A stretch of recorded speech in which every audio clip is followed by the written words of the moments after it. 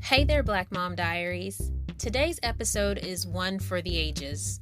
Our guest today had a storybook career and was on the way to having it all by adding children to the mix when a few surprise hiccups along the way tried to stop that.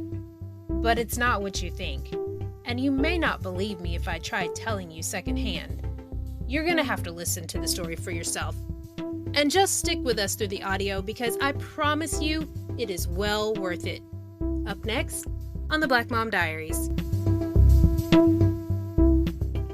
This is Patricia.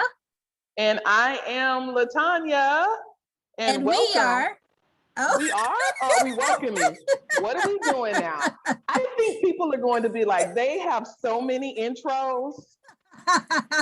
I know. But they should be used to us by now. We can't make up our mind. I know. Okay, take it away, El Chat. Wait a minute. Who are we? Welcome to the Black Mom Diaries. Welcome to the Black Mom Diaries. Right. Boom, boom. How are you? Oh, I forgot duh. Welcome to the Black Mom Diaries. Not duh, girl. Don't take us back 15 million years, girl. We ain't gonna go back to duh. Yeah. I'm doing awesome today. How are you? I'm good.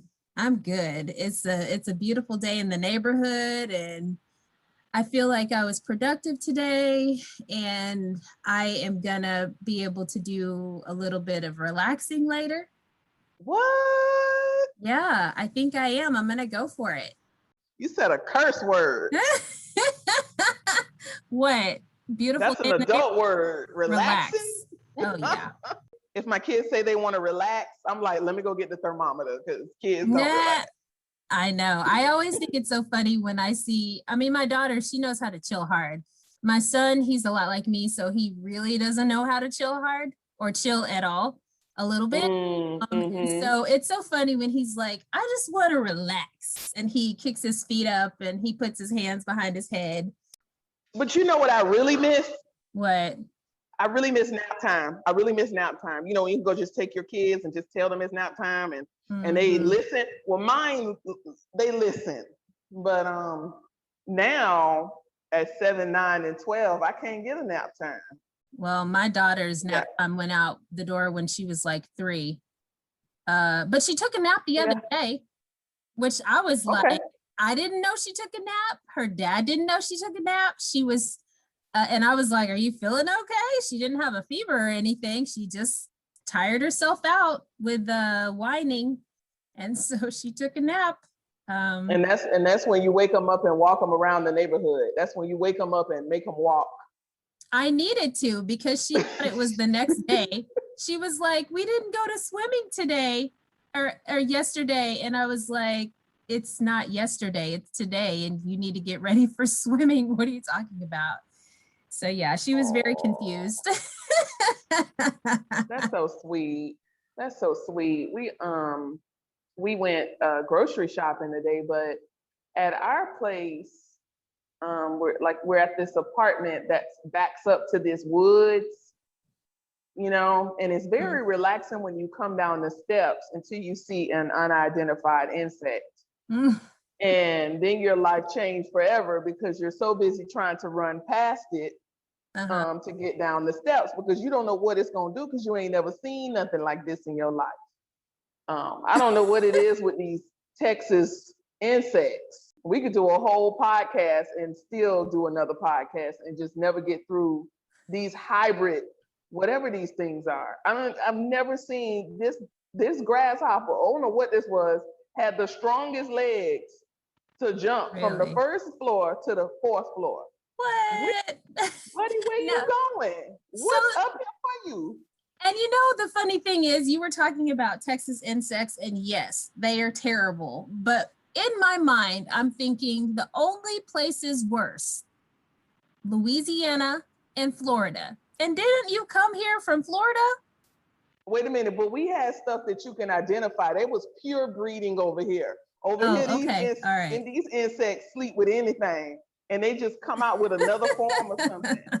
You know, like I always talk about what they call these little black roaches with wings, and like those are roaches. Those are not crickets. I don't care what nobody say. Oh, yeah. But see, in Florida, you either have a lizard or a gargantua or a snake. You ain't got all this stuff in between. You know what I'm saying? So, yeah. But I could talk about all the stuff I see out here. But it's like I was talking about relaxing. The trees are amazing. The pool is great, and it sits on a cliff, so it's very nice, nice. just to go and sit out on a balcony and enjoy yourself. You know what I'm saying? So, but enough about the bugs. We have a guest today. We have a guest today. We do. And I mean, like, big time. And I need to take a deep breath to share this bio with you guys because, man, this is one for. We got a heavy hitter in the house. We have a heavy hitter in the house. And I definitely, I got to say, before I even go into it, this is somebody that I want on my side. Like all the time. Got on your team. You building your team. Must be. Okay. So let me just take a deep breath and go. Shamiso Maswaswe is a former federal prosecutor who worked as a special assistant United States attorney for the United States Attorney's Office of the District of Columbia, where she protected victims of domestic violence. Shamiso also worked as a trial attorney for the United States Department of Justice Criminal Division, Public Integrity Section, where she prosecuted public officials who sold their offices and abused their positions of public trust. Before that, Shamiso, who graduated from New York University School of Law, was a criminal defense attorney for 10 years, where she represented corporations and individuals in criminal litigation, in regulatory and internal investigations, and in related civil matters. So today, we are going to learn all about how Shamiso, a high-powered attorney who has worked for some of the most prestigious institutions and has a storybook career, nearly lost it all when somebody decided that she couldn't have it all. And by having it all, I mean, she could not be both an effective prosecutor and a mom of a newborn. Without further ado, I just want to welcome to the Black Mom Diaries virtual house, Ms. Shamiso Maswaswe. Hi, everyone.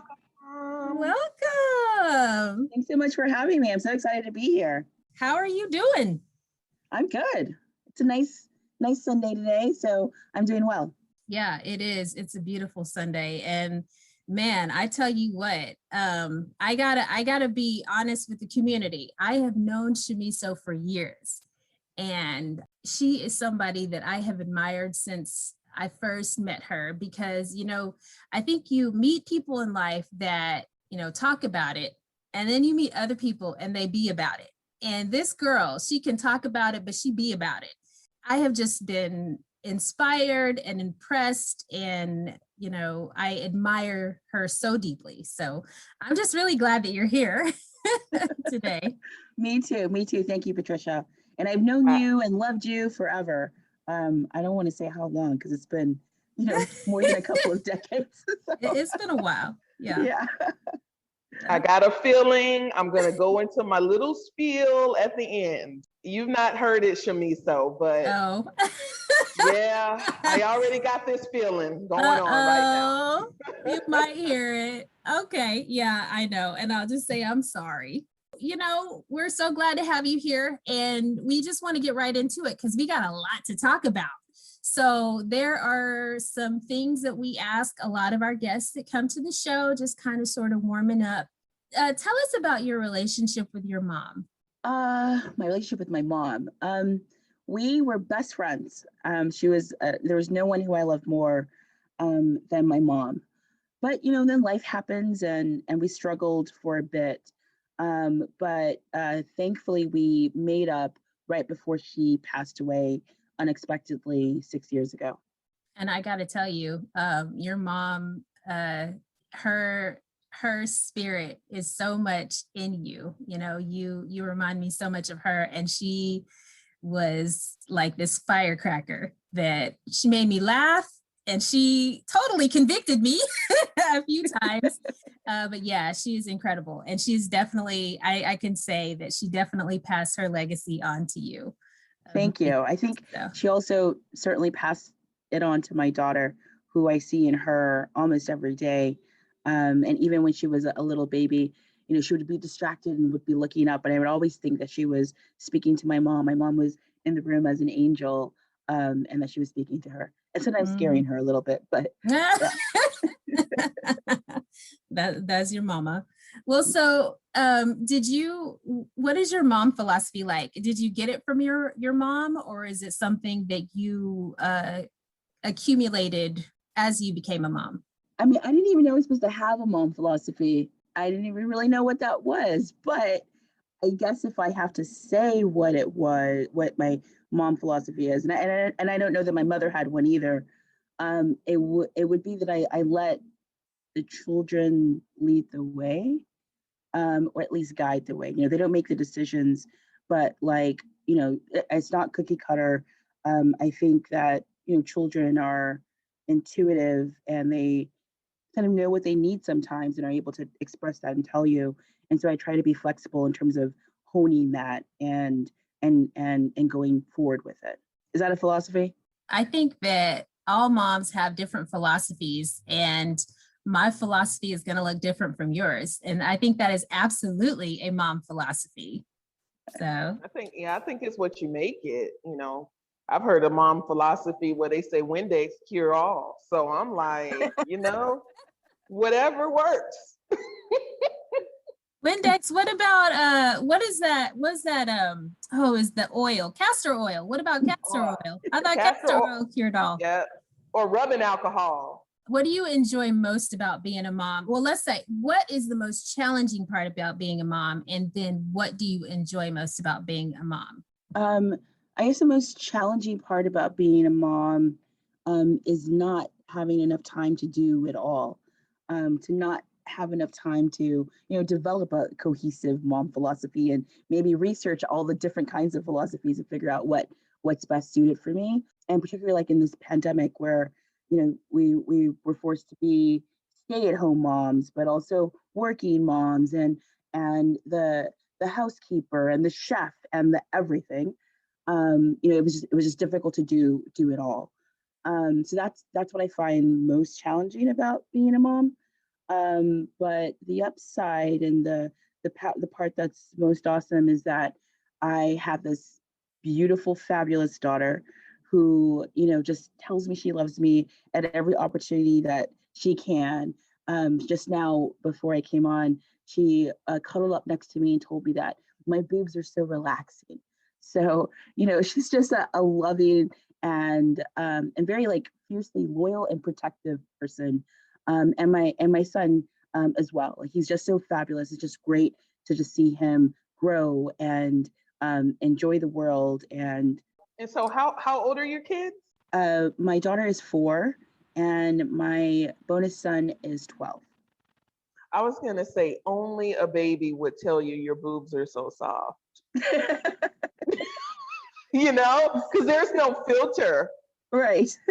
I love their innocence and just that eye for she's comfortable. She's soft. Mommy's great. That's really sweet. I remind her of slime, apparently. So. Oh, wait a minute. Slime? Is slime like comfortable to lay on? I don't know. Kids love slime. I don't know. Okay. Shamiso, I have to tell you something really quick. I do a lot of play with my kids. We're always pretending to be something. And I love, oh Lord, what's the name of the robot show? Transformers. So Transformers was one of my favorite shows. And I'm like introducing them to Transformers. And so my son says, Mom, let's be Transformers. So my daughter's like, I'm Bumblebee. And one's like another name. And then somebody else is this. And my husband's Optimus Prime, right? And I said, well, who is Mom? Oh, you're Ratchet. Wait a minute. I'm Ratchet. I don't even know what that is. I was like, can we find another one? It was like, no, Mom, you're ratchet because you can fix anything. And I know it was coming from just a great place, but don't go out here telling your people your mom ratchet. It's just not gonna happen. But That's funny. When we were younger, you used to, and it's funny that you say, or it's interesting that you said that you're the challenging part of being a mom is that you're not able to do it all the things that you want to do. Because when we were younger, you used to talk about having 10 kids. And I remember when you told me that, you were so serious, and I was like, huh. You're like, yeah, I'm going to have 10 kids. And I never really understood that because you were always like, I'm going to be an attorney. I'm going to do this. I'm going to do that. And you had such big career dreams. And so I was always like, how in the world is she going to have 10 kids and be this successful hotshot attorney? So, and you're a mom of 2 right now. So talk to us about your career. Well, I still want those 10 kids. So I have 2. Okay. I got 8 more to go. So I'm still trying to get to my 10. About this career, I always wanted to be a lawyer. I wanted to be a mom of 10, but I also always wanted to be a lawyer. My mom was a lawyer. She would force us to go work in her office during high school. And so that was sort of in my blood and in my heart and in my soul. And I've never wanted to do anything else really. I went to law school in New York, had an amazing experience here, started at law firms.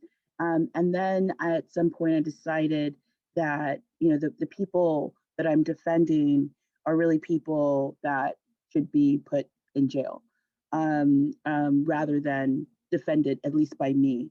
And so then I went to the other side and I started prosecuting white collar crime for state and federal governments.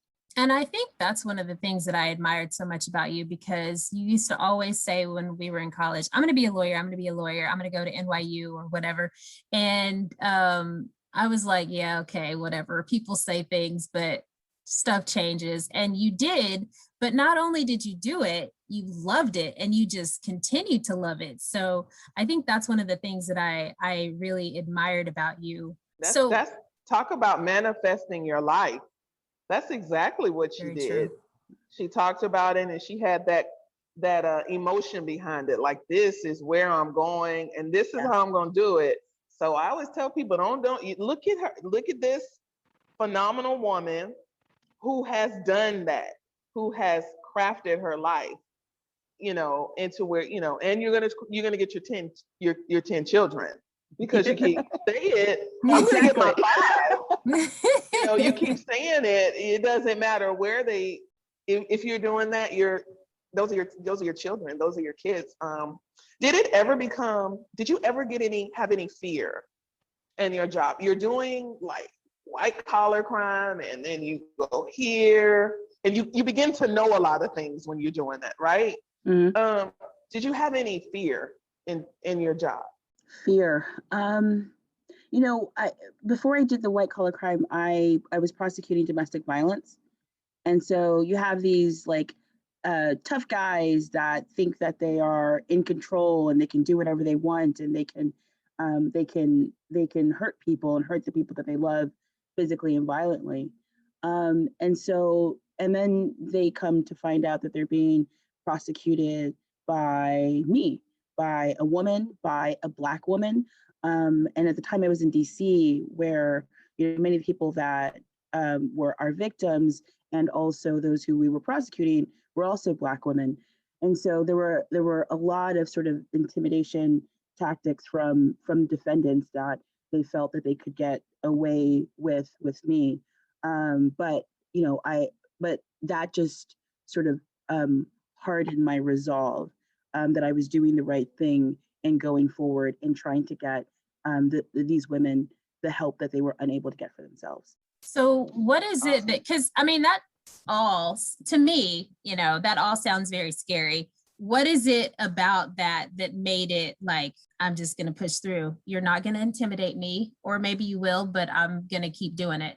Because I was able to come from a place of privilege with respect to the victim. Like I know that the sort of intimidation and threats that would be lobbed at me, I know that, at the end of the day, I get to go home by myself, not with that person. That at the end of the day, I'm not relying on, that defendant to pay my bills, that there's separation, that there's distance, that I don't have any children by that man. So I had a freedom to be able to be able to respond and help the woman who was tied to him because she depended on him for rent and for income, and was tied to him because they had multiple children together, and was tied to him because they lived together. And so I wasn't encumbered in that same way, and so it made it more important to use my power in order to try and help her get the distance that she would need in order to break away for something that could end up being deadly. It's like you said, somebody had to have a focus, right? That's right. That's right. Yeah, that's very good.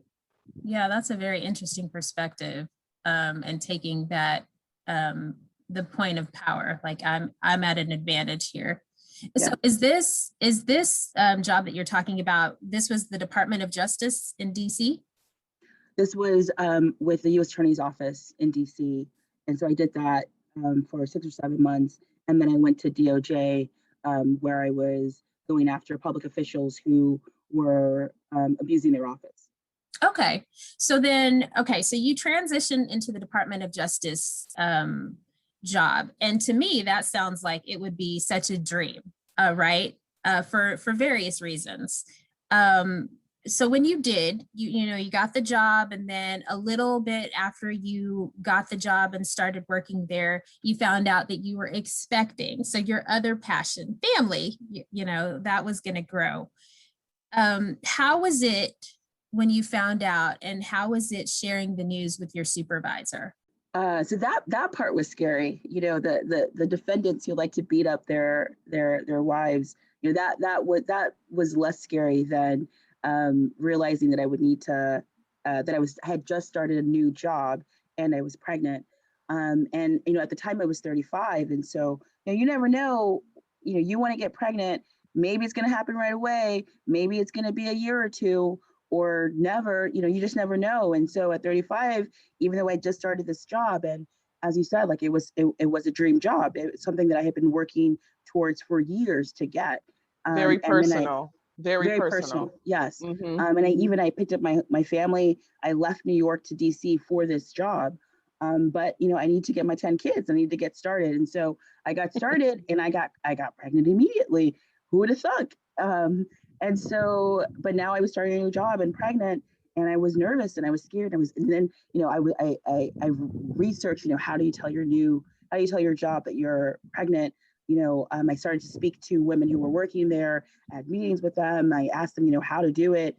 And they were like, well, you were right to be cautious because they haven't always treated women, new women who become mothers well at DOJ and in the section in public integrity. So I was super nervous, but eventually, I can only, at some point I would have to let them know that I'm going to be pregnant. I am pregnant. I'm going to be out for a while. And so I did. And the reactions were not great. My immediate boss who had recruited me and had really fought to have me there to come to DOJ, he, didn't congratulate me immediately. He eventually at the end of the conversation, he congratulated me. And then there was a new supervisor who I'd never met before. And she was there. She was like giddy. She was excited. Like we were long lost best friends, and she'd been on a pregnancy journey with me, and it finally happened. Like it was creepy. The way that she was so excited about this news when like this is my first time even meeting you. So in the meeting, you had your supervisor that had really fought for you to get there, the guy, yes. And he was not. He didn't seem excited. He didn't congratulate you immediately. And then there was this woman that you had never met or had just met, and she was like, "What happened?" That's exactly right. That's exactly right. Yeah. What's so fascinating about that is I had a corporate job at one time. People be like, "What have you not done, LaTanya?" But my work life is very lived in. I was never a lawyer or whatever, but I You had worked nine at lives, I nine lives. listen. I'm 40, but I got like, food boy, it's a lot of experience. But I had a boss, and we were traveling, and I had already had my daughter, but everything was great. My mother-in-law lived with us, and my husband was amazing because he stayed home with her. But then when I got pregnant with my son, it's like I started getting 20 questions at work. Like, so, and it wasn't like direct. It was like, well, when I had my second child, he couldn't read, so I quit. I got a baby, so he can't, he ain't gonna read anyway. So what are we Right. talking about? Mhm. So I would but it's fascinating how people think that you go to work just to work for them, Mhm. and the overhead people. Mhm. Like, we don't work for our families, Right. or work to get ourselves ready to have a family. And then when it happens, you're shocked. You're like, I thought you was the worst thing I ever heard was, I thought you were committed to the job. Oh, wow. No, Okay. I'm committed to what you paying me. I do love what I like. I do love what I love. But I'm committed to what you paying me. If you just want to be, I'm not even committed to you, buddy. I mean, if you just want me to talk. Right. Yeah. But I love what I did. I love working with patients, but I just didn't like that they would try, and like, you would almost feel like a victim for just Mhm. being with having a baby Yep. or being pregnant. Right. Yep. I do And want to that's say, real quick, I just want to say, because this is like worst stories, right? I didn't hear it, but one of my former coworkers shared with me that when they shared with our human resources that she was expecting, they said, you should have waited like Miss Griggs did. And it's like, what? She wow. I could not believe what she said, Um, because they were like, yeah, she had a baby and then she waited 2 years. Yeah, that wasn't planned, but whatever. Anyway, I'm glad you in charge of this, man. Don't let me say what I want to say. Go ahead. people say the darndest things. That's it. They sure do. Yeah. They sure do. Yeah, I mean, that certainly resonates with me because, it seemed like, with the guy who had recruited me hard, it seemed like he felt deceived by me, that he had recruited and hired this person who was unencumbered by children and would be able to be the workhorse that he wanted me to be. And then now that I was pregnant and I was going to have a child, that he wasn't going to be able to get that workhorse. And what he didn't recognize is that I was going to be able to be the workhorse that I have always been for my entire career, but then also be a great mom to my kid. That's a lot of pressure, though. I mean, that's unneeded pressure, that you have to be. I know you're already a good, and you're already an excellent worker, but then now you got somebody saying, "Oh, you're gonna be pregnant, and now you're gonna fall off." Basically, that's That's what right. they're thinking. Mm. So it's like that's a lot of pressure, because now I want to be a great mom to my child. I also love my job, and I want to do the best job that I can. And I don't know if people understand, you do your best work when you're not under pressure. Mm-hmm. I think it would. I don't know the beginning of this story. I mean, but I'm so tuned in to it. I want to know what happens next. Well, so I just so happened to have a question about that. Let's go to the other side of this. Let's talk about your birth story. So my birth story was that my baby had been growing small. The doctors had been saying that the baby was growing small, but the baby was healthy. But the doctors were very, very, very concerned. I didn't really quite understand why they were concerned. Like, some babies can be small as long as the baby's healthy. Like, what's wrong with a small baby? So I had my dad come up for one of the appointments. My dad's in healthcare, and I was hoping that he would be able to explain why everyone is so concerned. So he comes up with me from Texas to the doctor in DC, and my blood pressure is through the roof, and the doctor says we must deliver right now, and I was 32 weeks, And so my dad was like, yeah, that sounds right. Like your blood pressure is way too high. You're going to have to deliver the baby. And so at that point, I was like, wait a minute, my blood pressure is high. This is the first time it's been so high. Like, this is America. We can get blood pressure down. Like, blood pressure, like we can get it down, or we can at least try first, right? Before you just cut me open and take my baby. Oh, okay. And so I refused. I refused to have the baby on that day. I was like, let's try medication. Let's see if we Mhm. can get it down. We were able to get it down. And then I was like, okay, can I go home? Because I just left work and I was supposed to come to this appointment real quick. And, I got to go back to work. And they were like, you are not good. We're not letting you go from this hospital until you give us the baby. Like, you have to Wow. get the baby out. Yeah. And so they didn't, and they wouldn't let me leave. I had to call a coworker to come and bring me my laptop. I had to, talk to my boss about, now I'm supposed to be, in the office, and I'm I'm stuck here. And I tried to, call different hospitals, different doctors. Nobody would give me a way out. They Wow. threatened to say that if I left, even for a moment, even to like go get a pack a bag and come back, that they would make sure that my insurance wouldn't pay for my stay. It was terrible. And so, but along the way, like the nurses would come and they would say, "You're doing the right thing. Like don't give in. Keep the baby in. Let the baby cook for as long as possible."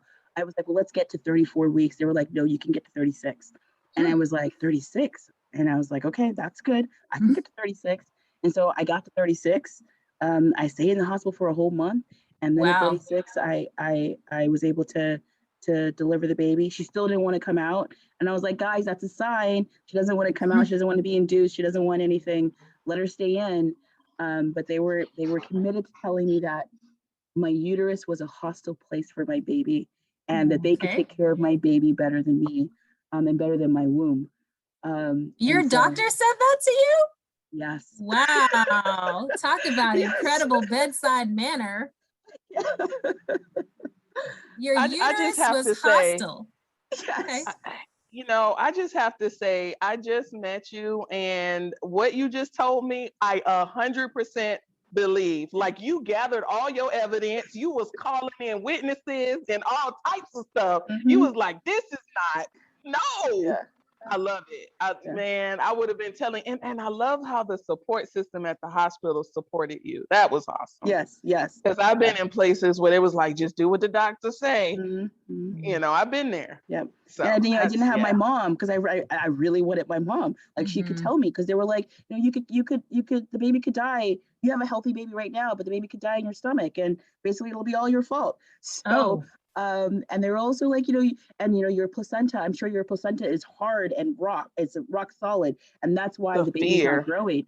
And so then after the delivery, I'm like, I want my placenta. I know my placenta is moist and juicy, and it's not hard.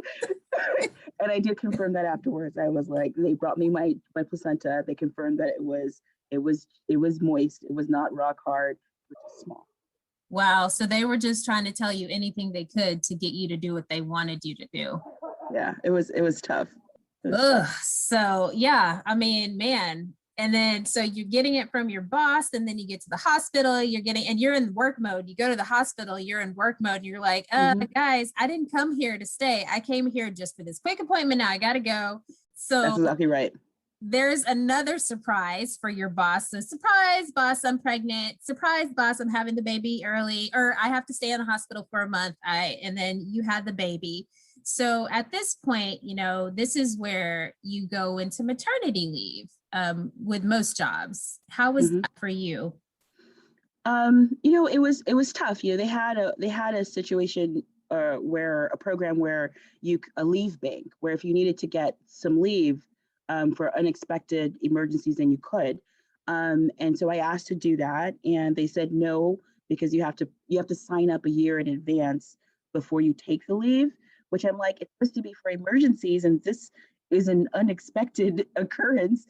And I'm sure that if you asked, people that I work with, can you donate some time to me so that I can, be paid during this time, they would say yes, but DOJ said no.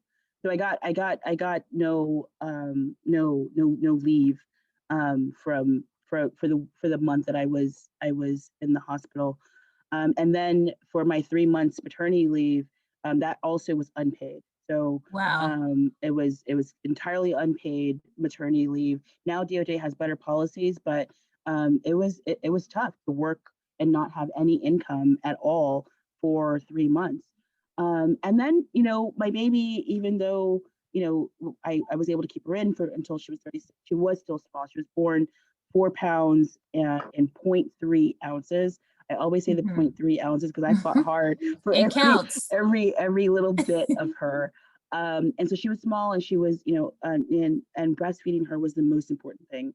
She was in the NICU for a week, and everybody kept drilling into me that I must breastfeed and I must breastfeed.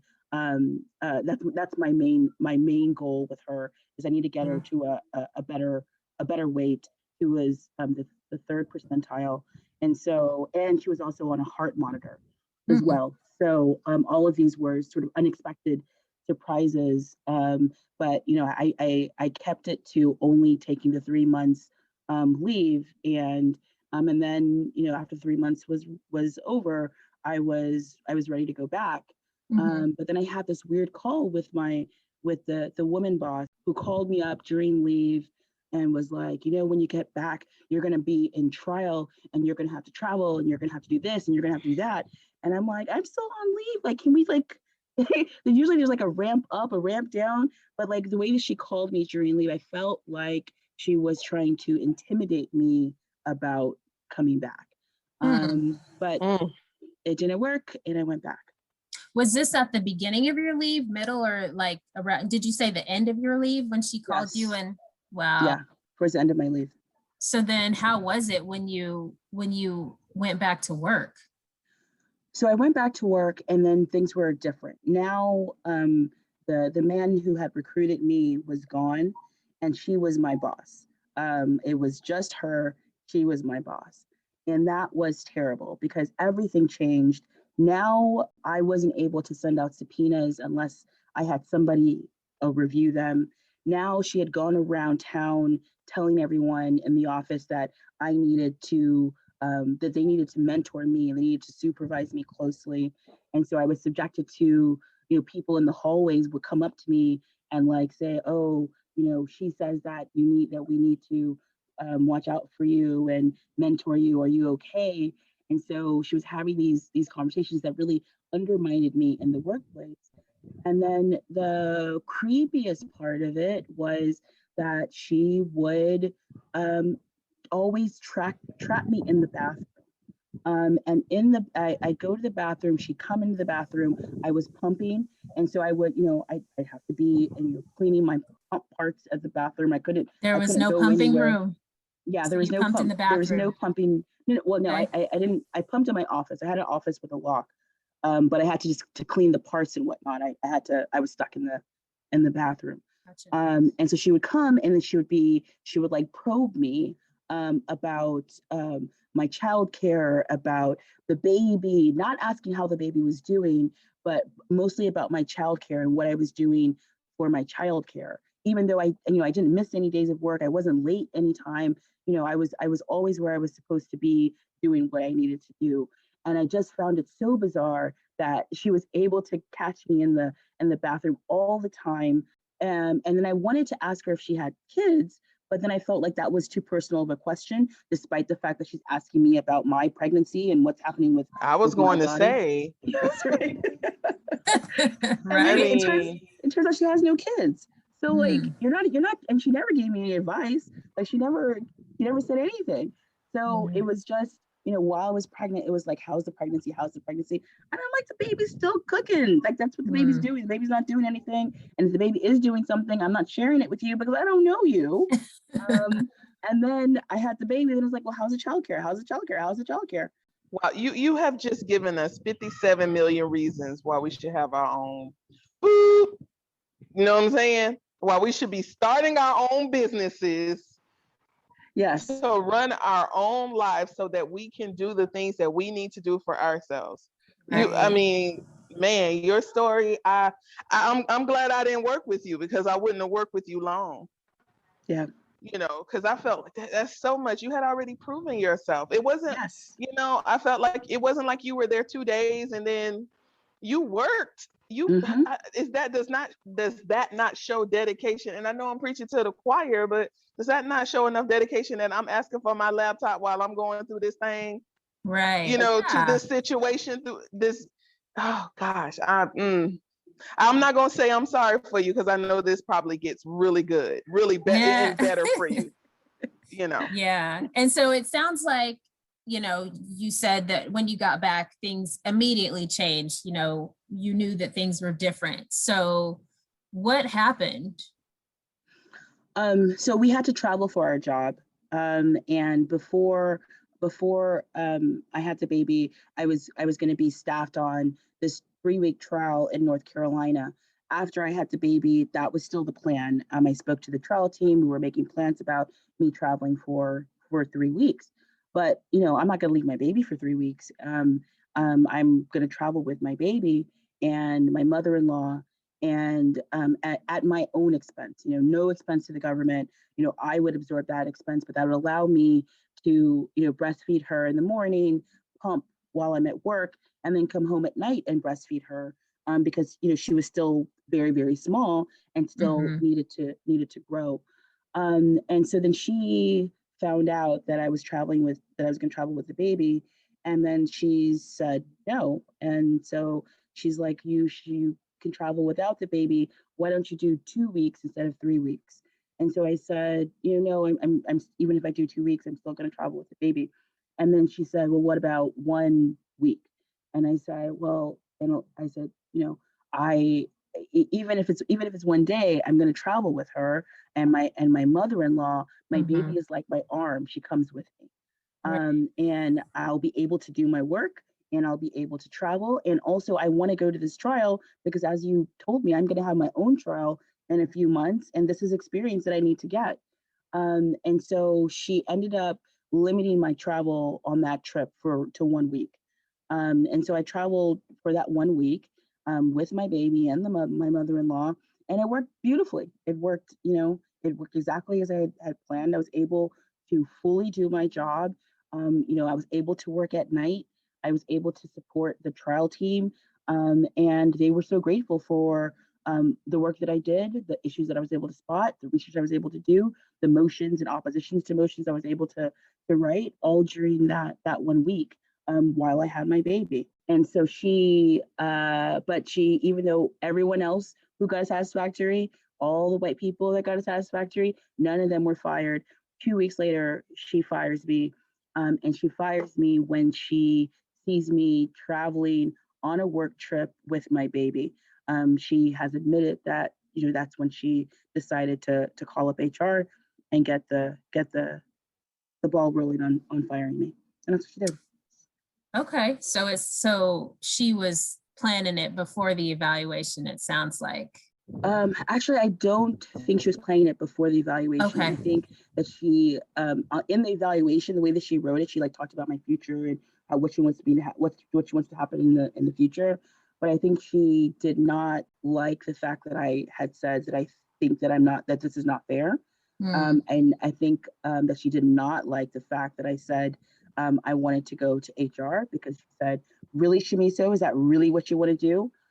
During the evaluation, and talking about moments of fear, like I was fearful of that moment, so much so that I took it back a little bit, and I said, well, I want to object in the strongest way possible, because I was fearful that she would retaliate against me and she would Hmm. fire me, because I was a squeaky wheel that wasn't letting her railroad me, and and tell me that my work was only satisfactory, and tell me that I should aspire to be like this white man who took paternity leave for a couple weeks for a healthy baby.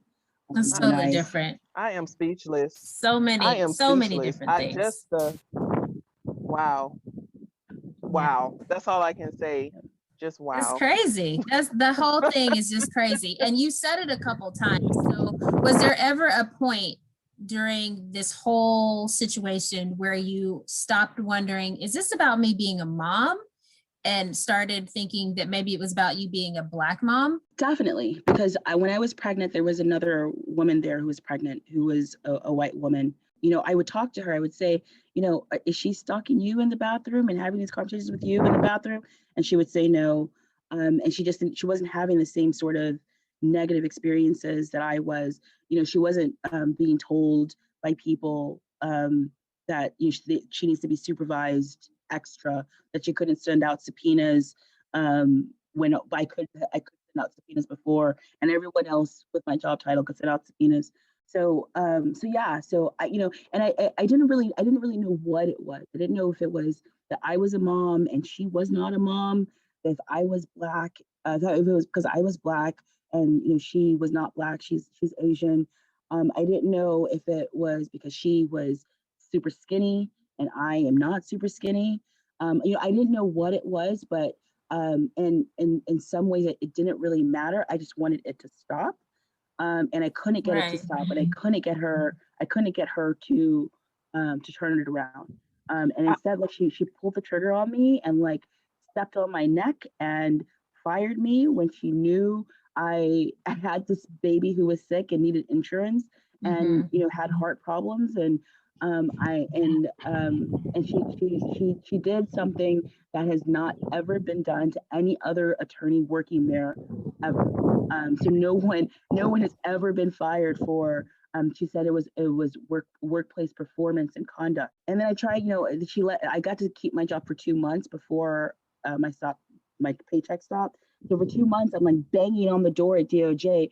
Somebody listen, somebody hear me. Like, this is a gross injustice. Look at my record. Look at the press release that you guys have issued just today, the day that I was fired. They issued a press release about the work that I had done.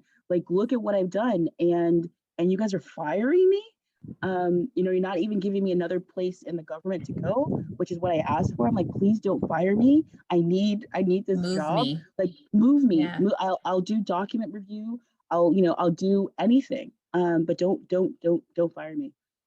That's crazy. And I didn't mean to cut you off, but see, No, I that's see okay. another side to that, because something similar happened to me. But you show a level of excellence that she didn't see in herself. And so what I know about relationship and job relationships, just like I said, your story sounds so much like what I was going through, is when you succeed and they see that potentially you can be better than it or whoever it is. I don't even think it has to do with color. I think it has to do with the insecurity of the person. Because had she treated you like a good employee, the elevation process wouldn't have been hard. You would have supported. If somebody supports you through your baby being, going through the things that you went through, do you know how much this loyalty would be for you? Right. But no, they don't. They feel threatened. But that is because of an incident. That was you. It had nothing to do with you. It had all to do with the person that pulled the trigger. Yes. And I just think that I'm still kind of stuck on, and this whole story just has me floored. And I mean, I'm looking at my face and LaTanya's face, just responding to what you're saying. It got to pick our chins off the floor, because we're like, what? I mean, the fact that she compared you to, you said a guy that had paternity leave. First of all, he's a dad. And I mean, dads and moms have different roles.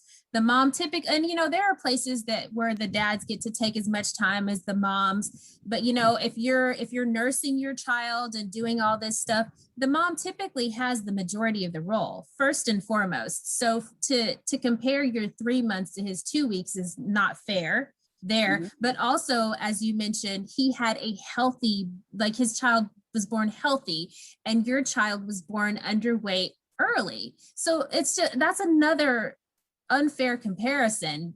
I'm just floored by this. And I can't even believe that after you were treated that way, you were still like, I'll do whatever, don't fire me. I want to stay here.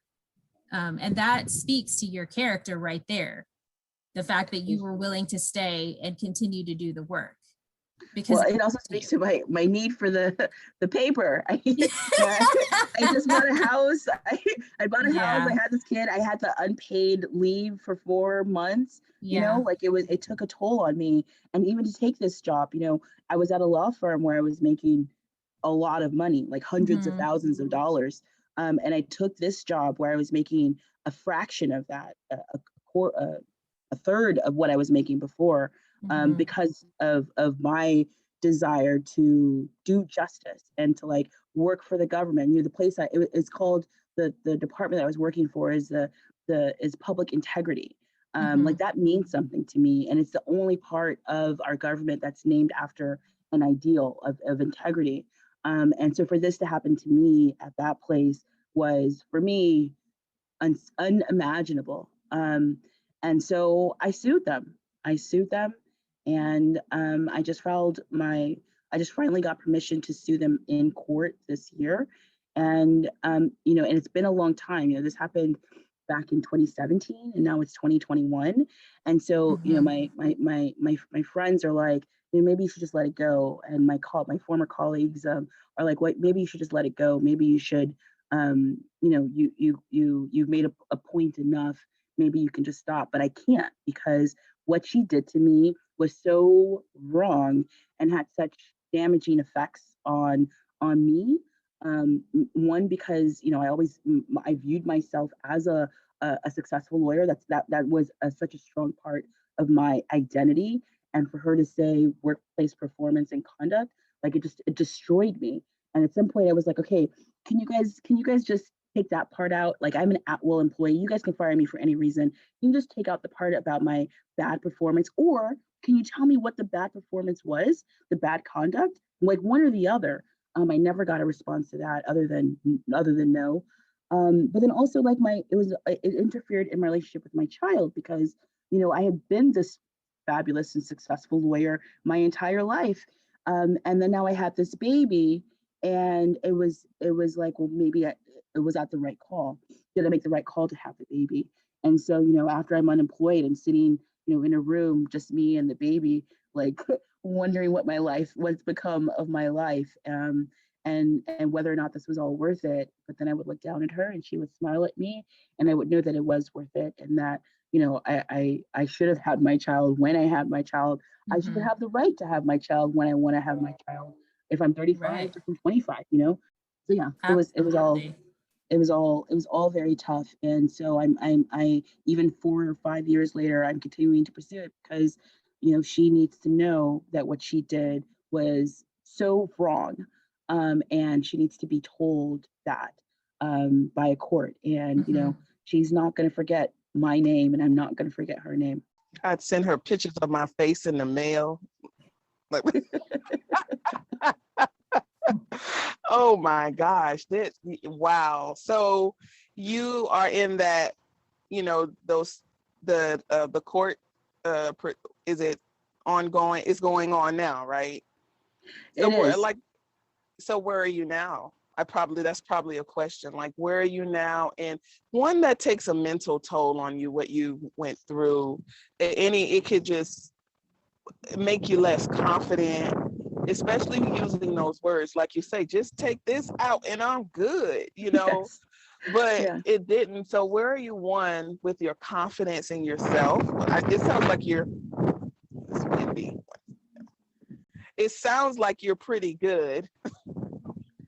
It sounds like you're pretty good there, because you're following your gut to be persistent, to go ahead and just say, look, this is what I'm doing, no matter what. But as far as you and your livelihood, and we know you have your beautiful daughter with you. Yeah. So I was out of work for a long time, much longer than I expected to, much longer than I could afford to be.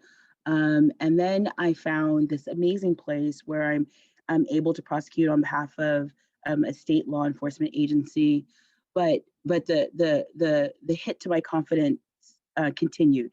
So I started this new job, and then I'm like, okay, but they just said I was a bad performer there. Like, am I really a bad performer? And so I'm just second guessing myself all the time.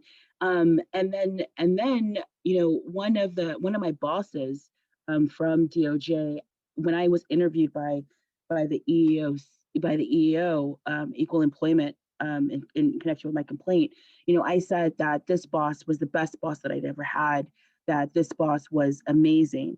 Then later I got their emails and what they were emailing about me. And when I was traveling with the baby, they were laughing at me. This boss who I said was my best boss ever, and the woman, they were laughing at me. They were making fun of me. They were sending weird emails about my body language, that my body language is off. So I must be having a really hard time. And then saying, oh, well, she obviously needs to speak to a woman. She's having some woman issues. Like, there were all these emails that were sent about me that were also so hurtful. And so I started this new job, and then I'm just looking at everybody crazy. I'm like, I can't trust nobody, because this guy who I trusted and who I believed in, as enough to say, to testify under penalty of perjury that this is the best boss I've ever had, was talking smack about me. And so I started this job, and I'm looking at everyone cross-eyed, and I'm trying to portray confidence while feeling a lack of confidence. But at my new job, they promoted me in six months. They promoted me and they gave me a senior role. And then when that happened, I was like, oh wow, like I actually am this amazing lawyer that I always thought that I was. Yeah, you needed that outside validation. I did. And that's really good in this case. Yep. They promoted me, and then they promoted me again, and so it's been great. And so now that the hit to my confidence, like, I know that this happened to me not because of my work performance. It happened to me because she discriminated against me and she retaliated against me, and that's why it happened. So it wasn't about me and what I did. It was about the fact that I was Black and I was a mom, and I was endeavoring to be a prosecutor who pumps. Like, I can do both of those things at the same time, and she didn't want me to be able to do it, and I was able to do it, and I'm able to do it at my current job and be a mom here. Although my dad told me when I started, don't let anybody know you're a mom. Don't have any pictures of your daughter up. Don't have anything up, and don't tell anyone you're a mother, because look what happened to you before. No. And so I was like, that's good advice. So I didn't tell anyone for months. And then I let it slip. And then they were like, what? Shamisa, you're a mom? Like, we've been talking about our kids all the time and you never say anything. And I'm like, yeah. I thought that you guys, you're white and you're men, and you guys can speak about your kids, but I'm Black and I'm a woman, and I got fired for being a mom. So, it takes a strong mom to not talk about her kids, her children. Right? Like, that's a superpower. I can't go anywhere without mentioning my children. Yeah, it didn't last long. So. Yeah.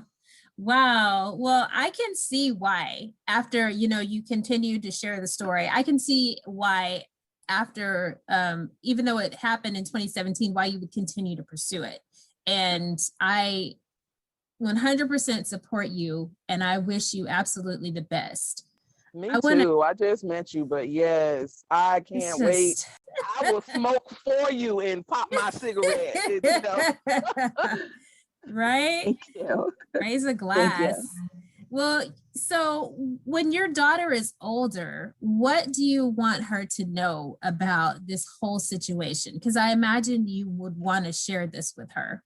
I do want to share it with her, but I do also feel sort of guilty about sort of negative feelings that I had about whether or not I should have had a kid. Maybe I was wrong for having the kid, but I feel guilty for like even thinking about that, because like she's awesome and amazing, and of course I'm lucky that I have her. But at some point I was like, I've been a lawyer for way longer than I've known my baby. And it's just was such a central part of me. So I do experience guilt about that. But what I want her to know about this is that you have to do the right thing, no matter what. So now I have this complaint. You Google my name, you're going to see that I've sued my past employer. how is that going to affect me going forward if I want to go over to a new job? Nobody wants to hire someone that goes around suing their employers, because that they don't want to get sued, right? So it has an effect on me and my career trajectory in a negative way, but I believe that everything will be okay. Everything will be okay as long as I stay committed to doing the right thing.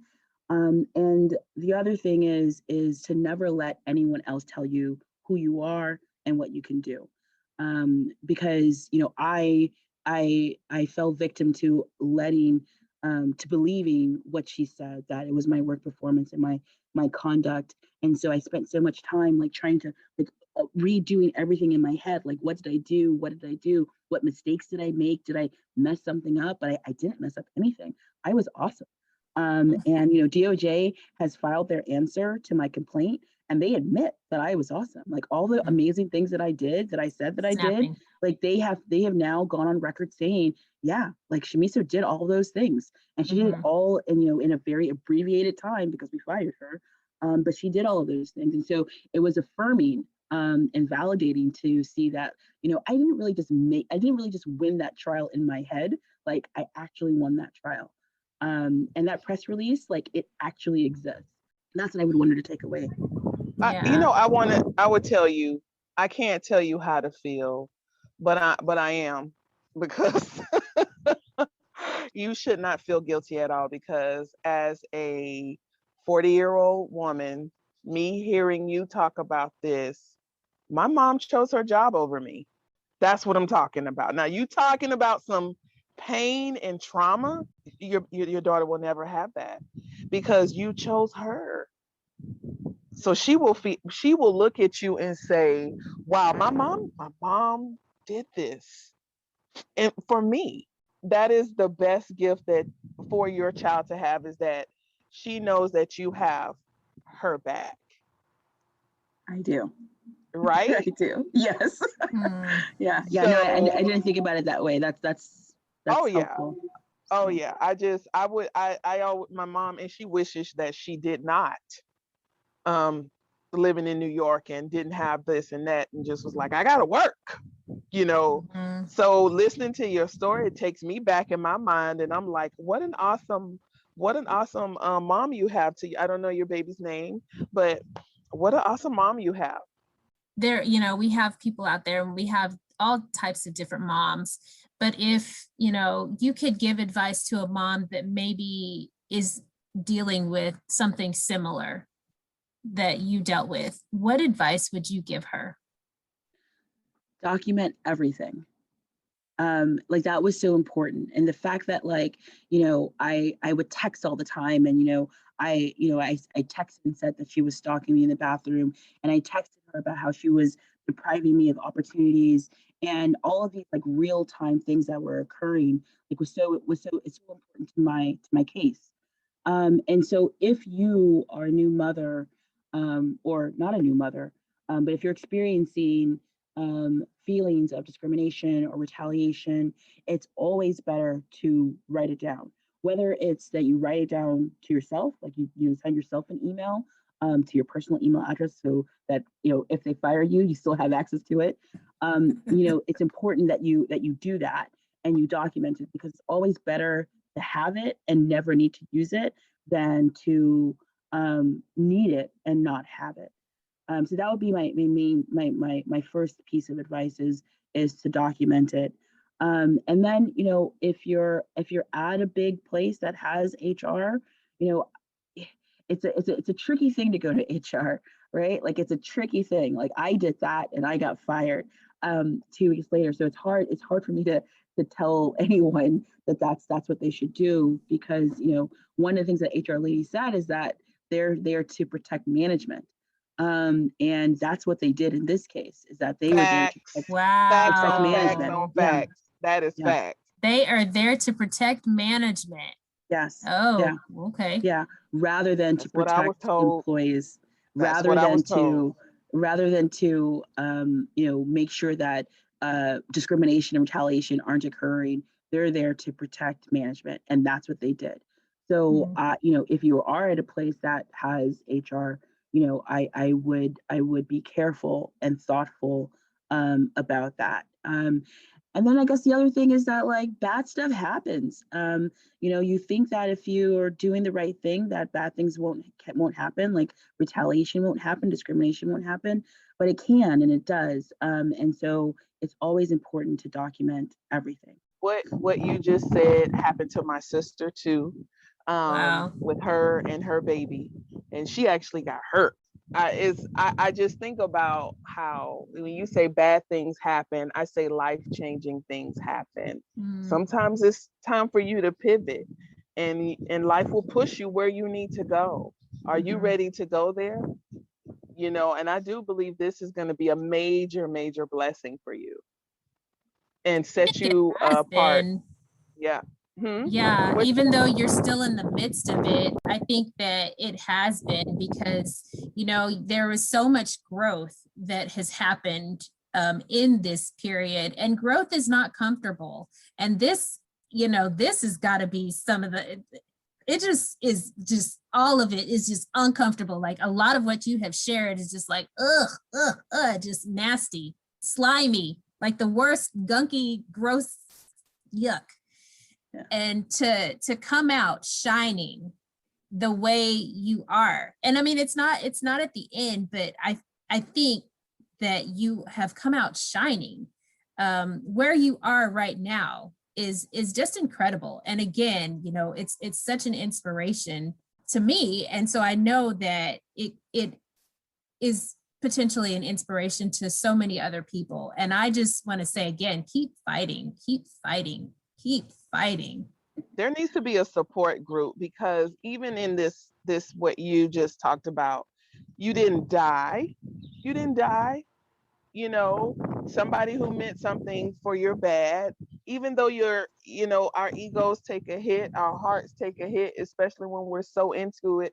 It's not bad when people say, oh, your ego's bruised. It's really not a bad thing, because sometimes it needs to be bruised to grow, or to be getting rid of. You know what I'm saying? So it would Right. have been great for you to have just a circle of people to constantly pour into you, and to help you go back to that powerful mindset. And you didn't need. But then guess what? You were sent validation. I could see so many things coming out of this, if you so choose to start them. Right. Me too. So where can people learn about the case if they're like, ooh, I want to know about this? You said Google your name. Is there something else they Yeah. can Yeah. do? Unfortunately, if you Google my name, the case does come up, and articles about the case come up. Shamiso Maswaswe, and we'll see what happens with it. I'm hopeful that now there's a new administration. The federal government has developed a task force to figure out why working mothers are leaving DOJ. And I'm like, hey guys, like this is why. Holla So at me. right. It's a different mindset, it's a different focus. So there's a value on workplace mothers, and so I'm hoping that the litigation will get resolved in a way that is comfortable for me mostly. And so we'll see. Well, okay. Well, I know that I've known you for, like you said, a couple of decades. Let's say that you and I meet up in New York. We're in the same office building and we're just getting on the elevator together. And I have 30 seconds with you because it takes like 30 seconds to get from one floor to the other typically. What would you say to me to make me walk away and be like, that's who she is? Who are you in 30 seconds? I'm a mom, I'm a lawyer, and I'm an advocate for justice and for doing what's right, and for doing justice and for making sure that bad guys stop hurting innocent people. Google me. I'm like, bam, drops mic, y'all, drops mic right there. Man, well, I just want to say thank you so, so much for being here with us today and sharing this story. We talked about it, but I don't think we talked about it like this.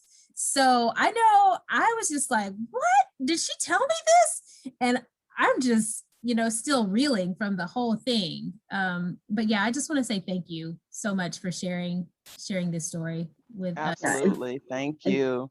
And thank you guys for this forum.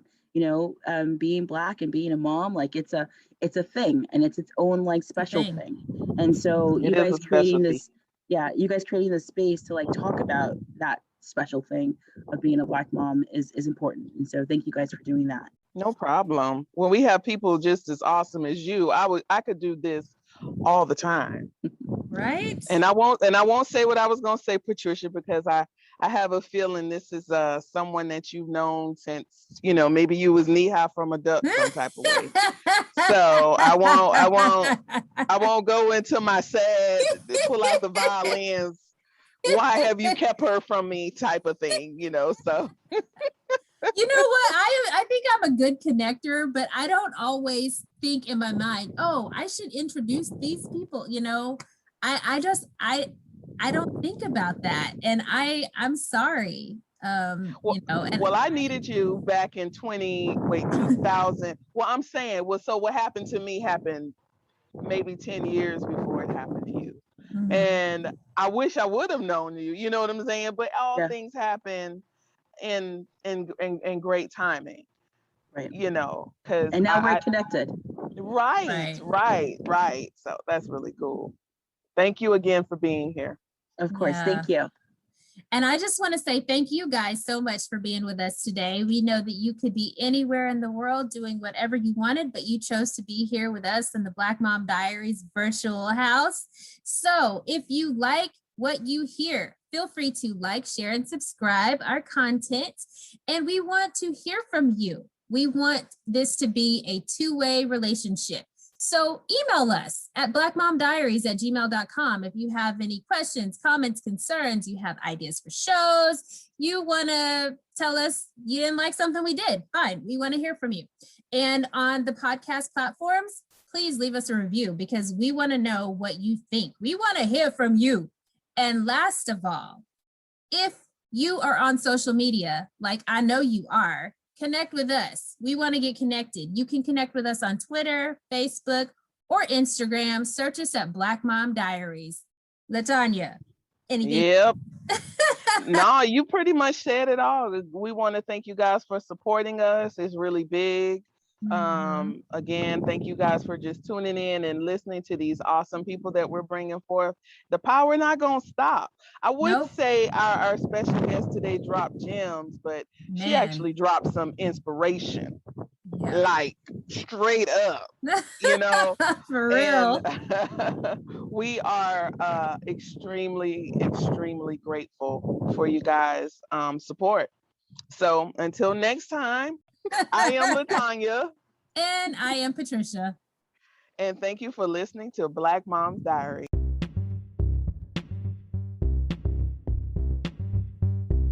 Thanks so much for spending this episode with us. And if you like what you heard, feel free to like, share, and subscribe. And of course, be sure to join us on the next episode of the Black Mom Diaries.